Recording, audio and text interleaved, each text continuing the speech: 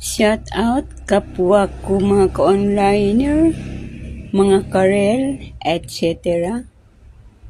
Busy ang lola ngayon. Absent kasi tagaluto sa kabila, kaya ako ang nakatoka. Pinagluto ko ng adobong manok.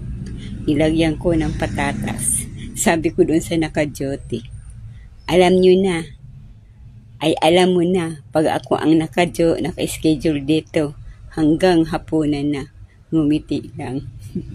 Tapos, yung kanin, sabi niya, may kanin na doon na sa rice cooker. Sabi ko, dinala ko yung sinaing ko.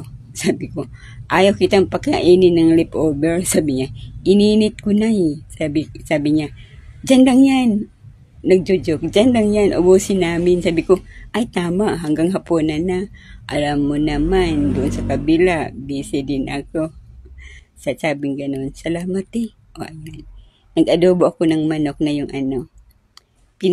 pinutol-putol ko ng tatlo. Yung tatlo yan eh, yung legs at saka yung kita.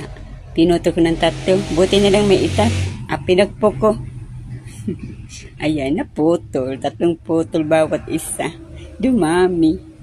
Yan lang, share ko lang yung aking menu ngayon. Adobong with patatas. Bye!